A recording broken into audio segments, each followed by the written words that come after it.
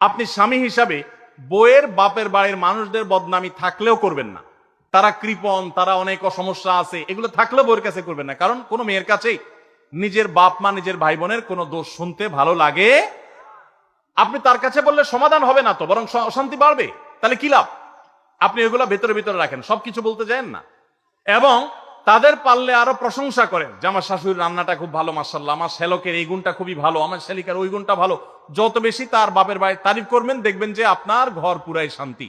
ঠিক একইভাবে মা বোনরা যারা আছেন, তারা স্বামীদের দুর্বল পয়েন্টগুলোকে মাথায় রাখবেন। যে কথা বললে স্বামী স্ত্রী উভয় জানেন যে যেটা বললে তার মনে কষ্ট হয়, সেটা তাকে বলবেন না।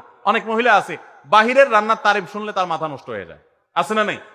যে ঘরে এসে বাইরের রান্নার তারিফ শুনতে চাই না। তাহলে বাইরের রান্না ভালো হইলেও এগুলোকে ভালো বলবেন না, চুপচাপ থাকবেন, মিথ্যা বলার দরকার নাই। তাহলে এই বিষয়গুলো মাথায় রেখে চলা, যে কি বললে তার কষ্ট হয়, ইনশাআল্লাহ এতে দাম্পত্য জীবনে সুখ শান্তি হবে।